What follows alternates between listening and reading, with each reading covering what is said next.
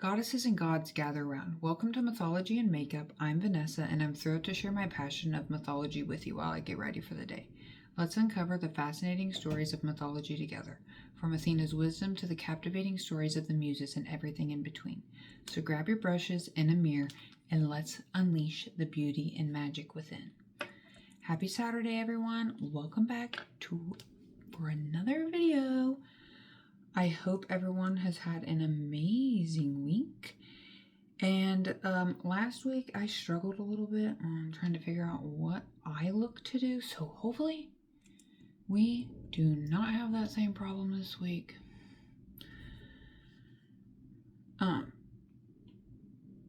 Today we're going to learn about the beginning of the city of Rome.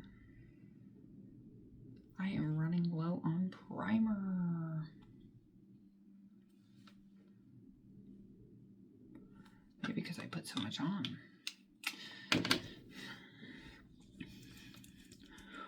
So this story is going to be about Remus and Romulus. The king of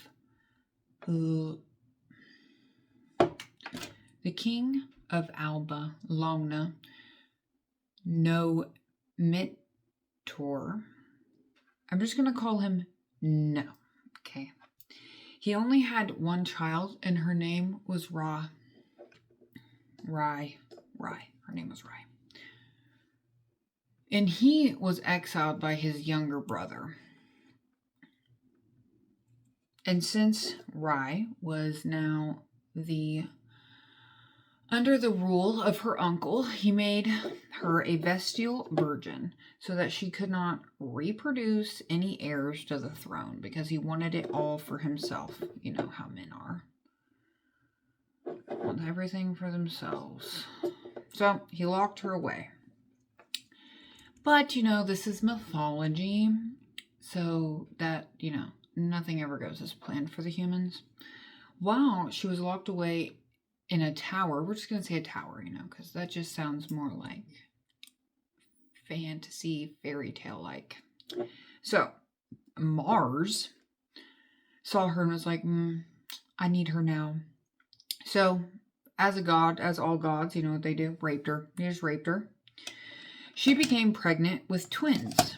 Their names were Remus and Romulus. After she gave birth, her uncle ordered her to be locked away and her babies to be drowned.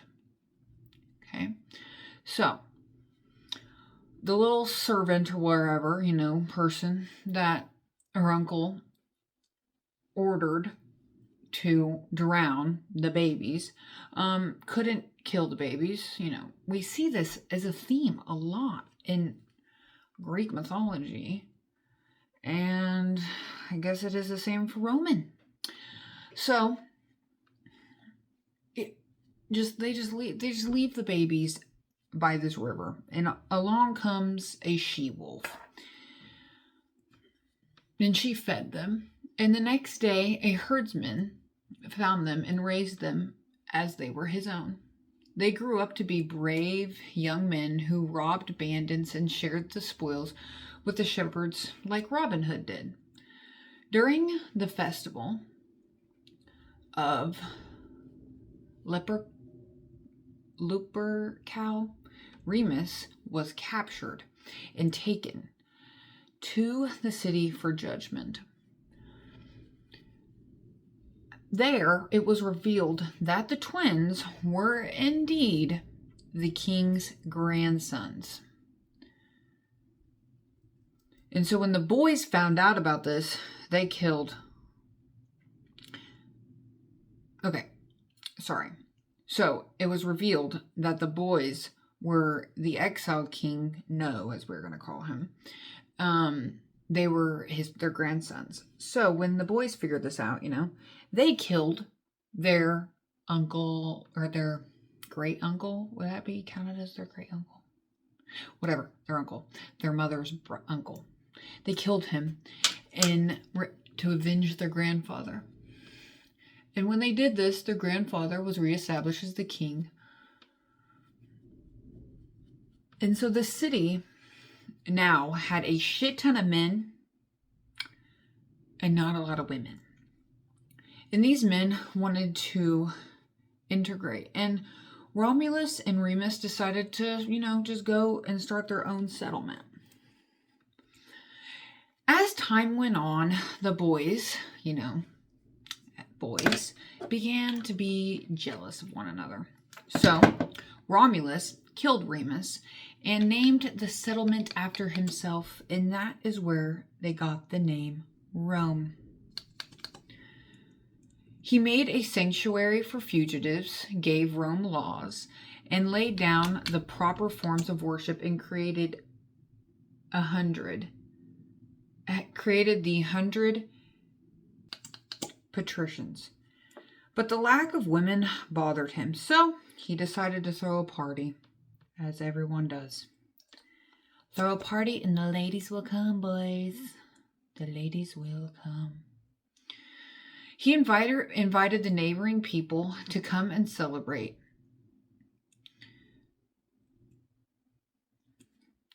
The neighboring towns brought their families, and the Romans kidnapped their women, the classic. There it is. Throw this party, steal their women. Good job, boys. Good job. The Sabines went home pissed off and prepared for war, as anyone should. Meanwhile, Romulus told the women that they would be treated the same as the Roman women, and also the men managed to soothe their feelings with words of affection.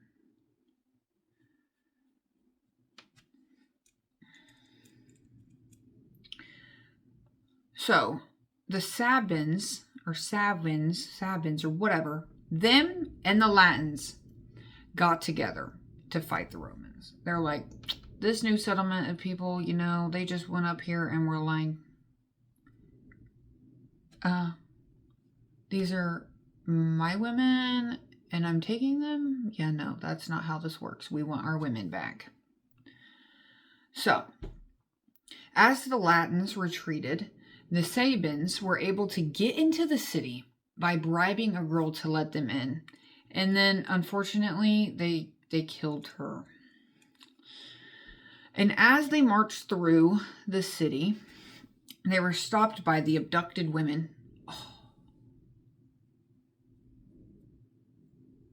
Oh, that's lovely, isn't it?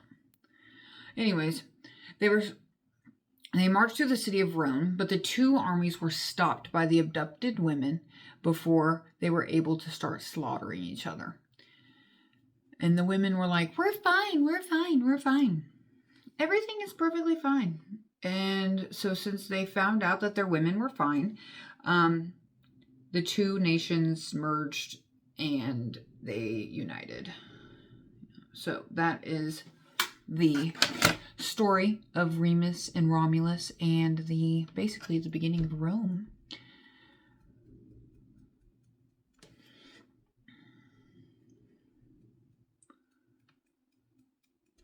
And next I want to get into the story of Psyche and Cupid.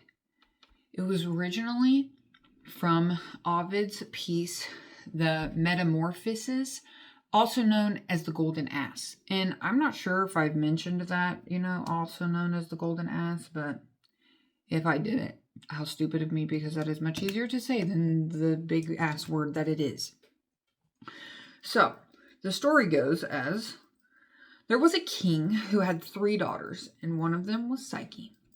And she was so beautiful that the people of the city stopped worshiping Venus, because they were just so obsessed with how beautiful Psyche was. And you know what happens when you stop worshiping a goddess or a god, especially Venus, the goddess of sex and love. So, this obviously pissed Venus off. So she went to her son Cupid, the love god, and was like, hey, son, I need you to make Oh, that kind of looks like a heart. Oh, that's funny. He's like, she told Cupid that he needed to make Psyche fall in love with the most loathsome creature on earth. So Cupid went to Psyche to do just that. But instead of doing that, he saw her and he was just, in love. And so he went to Apollo for some help. So as time went on, Psyche found herself not falling in love with anyone and not marrying anyone. And she saw that her sisters were getting married off to kings. So her parents went to the oracle to ask for some help, as one does. The oracle told them to get her dressed the next morning and take her to a rocky mountain where a dragon would carry her away to be his wife. And as always, everyone did what the oracle told them to do. So after they basically just sacrificed their daughter to a dragon, they went home to mourn the loss of their daughter Psyche. But Psyche was not picked up by any dragon. The west wind picked her up, and it was so gentle. It carried her off to a wondrous, fertile country. And when she awoke, she found herself in a palace full of gold, silver, and gems. There were voices in the palace talking to her, and they reassured her that she was It's storming outside. So after she made herself at home, just was chilling in the palace, night came, and so she went to bed. And at night, this invisible man came to see her. He told her to never look at him and that he was her husband. So every night he would make love to her.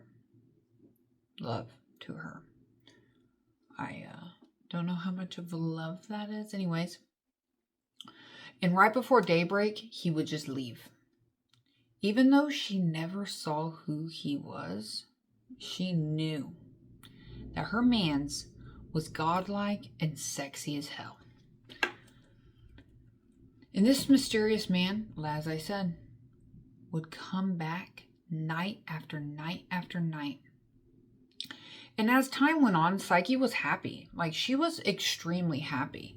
But she began to miss her sisters. And she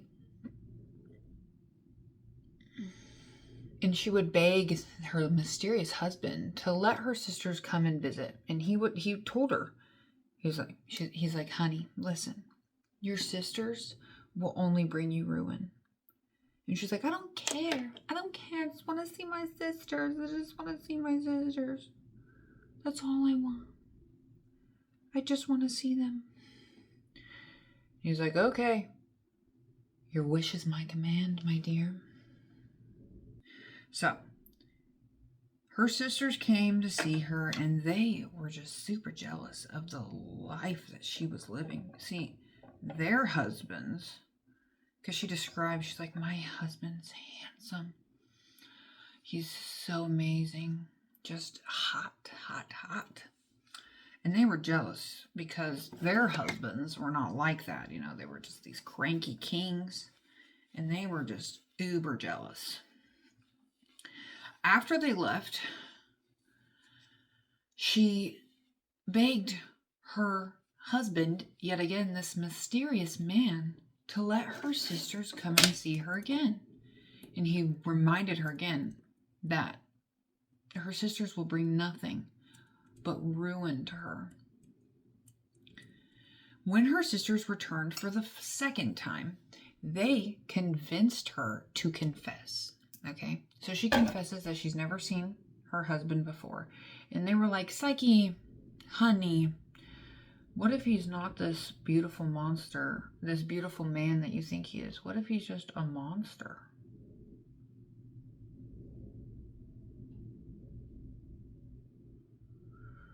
And she was like, I don't know, guys. Like, I really believe that he is just this handsome, handsome man. They're like, look, here, this is what you need to do. Here's a lamp, and here's a dagger. When you see him, if he's a monster, kill him. So, her sisters leave. Her sisters give her the tools that she needed, and they leave. So, the mysterious man comes back that night, and Psyche's ready for him. She's ready. So she's waiting. And here he comes, gets into bed with her. They do their little thing, you know, make a little love. And he goes to sleep. And as she's laying there, she gets up and grabs the lamp and turns to see the most beautiful thing she's ever seen. Just the most beautiful. And the dagger fell out of her hand, and the hot wax from the lamp dripped on to the mysterious man. He woke with a start, told her that he was Cupid, and took off. So, after some time, Psyche became determined to find her husband again. So,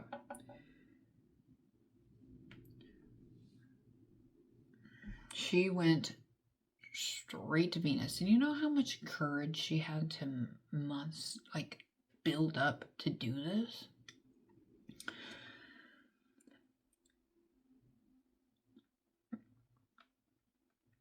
Cupid went back to his mommy, Venus, but Venus was angry when she learned that he had chosen Psyche over her.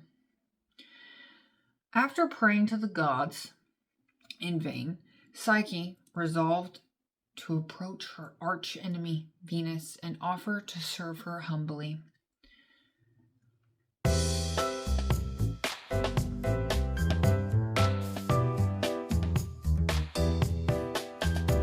Ooh. No.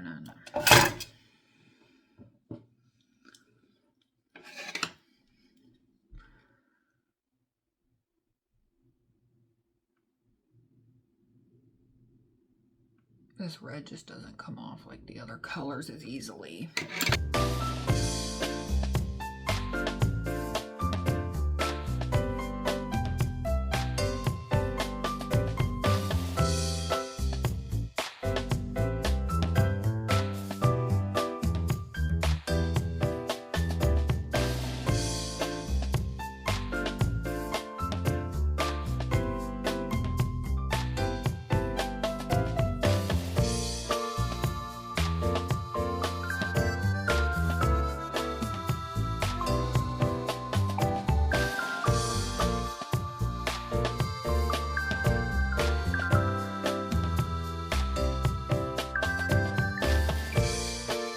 So, when Psyche approached Venus, you know, being the goddess that she is,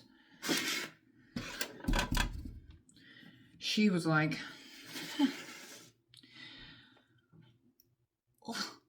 look at you, your husband vanished, he doesn't care about you.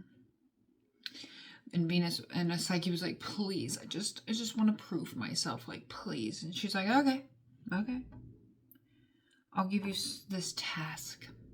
Here's a bunch of seeds over here, and you need to sort them out in separate piles by what seed is which. Like, really, bitch? Come on now. Really? And she was like, also, it needs to be done before nightfall. And as Psyche's doing this, she starts to freak out. She's like, there's no way that I'm going to get this done before nightfall. But thankfully, there was a little army of ants that came to help her. And they helped sort all of those all of the seeds. And Venus was a little upset about this. She was like, ugh, I literally thought she wasn't going to be able to do this. So she sends her on another freaking task. Everybody just gets sent on tasks. So this time she told her that she needed to sleep with a crust of bread, and maybe it would destroy her beauty. But no. So the next morning, Venus told the girl to fetch some of the golden fleece from a very fierce sheep that grazed by a river. So Psyche gets there and she's like, what the fuck? What am I supposed to do? How am I supposed to do this?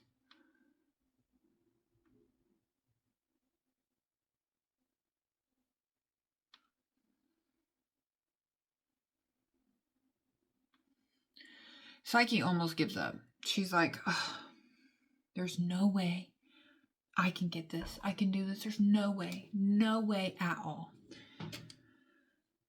But a reed told her, hey, girl, just wait until the sheep comes out of the thicket, and I'm going to do these dots in a different color because I feel like it would look way better if I did them in a different color. So Psyche waits until the sheep comes out of the thorns and pulls some of the fleece from the thorns like a smart girl. So smart of her to do that. So she gets back to Venus, and Venus is pissed. Like, oh my god, what the hell? Like, she's not supposed to complete these tasks. Like, what is going on? Why? What the hell? So she gives her another task. She tells her that she needs to collect some water from the source of the river Styx, which is unapproachable. I mean, the only way you can get to it is by air. But she had help with this one as well. An eagle was like, hey, I got you, girl. So he took the little vial that Psyche had and took it up there and got some water and brought it back.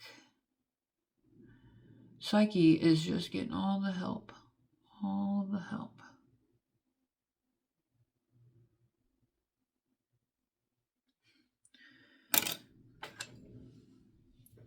Yet again, Venus is like, what the fuck? What the fuck is going on, man? She is not supposed to be able to get these tasks done. So she gives her another task. And this time, she tells her she needs to go down to the underworld and get a bit of the Queen of the Underworld's beauty.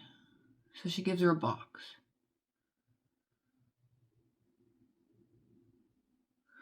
So Psyche makes her way to the underworld. But before she gets there, a tower tells her how to safely make her way there and back. So she gets back, and right before she's about to get to Venus with the box, she's like, what's in this box? Like, I'm kind of curious to what this beauty is all about. And so she opens it and sees absolutely nothing, and then is in like a state of like dead-like state. Like, she's just like Sleeping Beauty, basically. So Cupid is all healed by this time, and he wants to help his lady. So when he hears about what's going on, his mom locked him in a tower but he's a god, so he just flew out the window. And he made it to Psyche, woke her up, and told her to give the box to his mom. Just give the box to my mom, and I'll take care of the rest. So he goes to Jove and asks Jove, he's like, I want to marry Psyche. Can you please make her immortal so we can make that happen? And with Jove's consent, the marriage happens and the two get married. And since she became an immortal, I guess Venus was like, I guess I can't hate her too much anymore. She's immortal like me. So I guess everything is fine. I no longer hate her.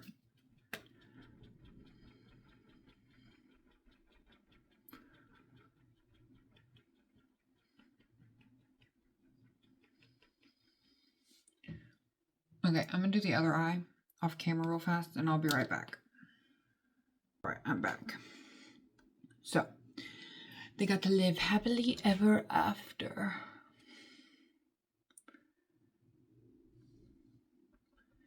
Next, I wanted to talk about Medusa, who's also the story from the Golden Ass. In Greek mythology, I went over her origin from Greek mythology, but in Roman mythology, it is completely different. Ovid was the first author to truly humanize Medusa by telling the story, and it is found missed the story of Perseus and Andromeda. J.K. Rowling just got a bunch of names from Greek and Roman mythology. Okay, haven't decided. I think I should do black mascara. I think that would just... Or black on the top, red on the bottom. I don't know. I guys got some colored mascara. But I think since there's a little bit of black, the black mascara will make this black.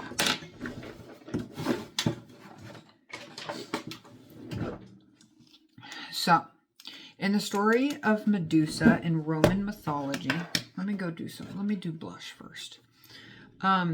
Medusa was a priestess in Minerva's temple, which is Athena, and she was beautiful. And one day, Neptune saw her and was like, I need me that girl. I need to have that girl. So, he decided that he didn't care where she was in Minerva's temple. He was like, must have her now. So, went in there, raped her. And Minerva saw this and was pissed off. But instead of punishing the man, she punished Medusa for letting this, what's the word I'm looking for?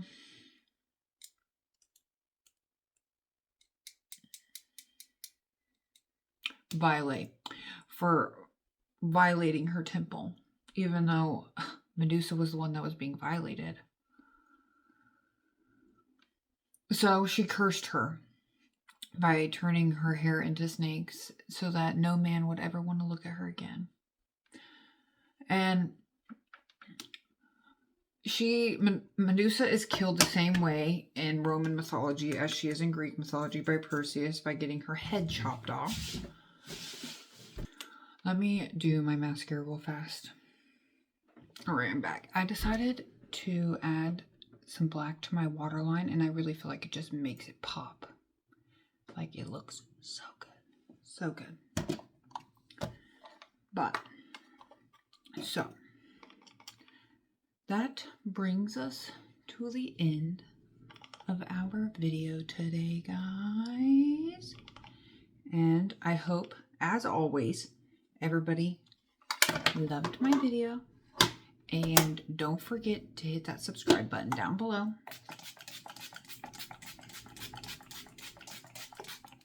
And don't forget to like, comment as well. Comment on my look. How does my makeup look turn out? What did you guys think? Did you guys like the stories that I talked about? The Roman series will be a short one. And then we will jump into a different kind of mythology. But I hope you guys enjoy the rest of your Saturday. And I will see you guys next week with another video. Bye, guys.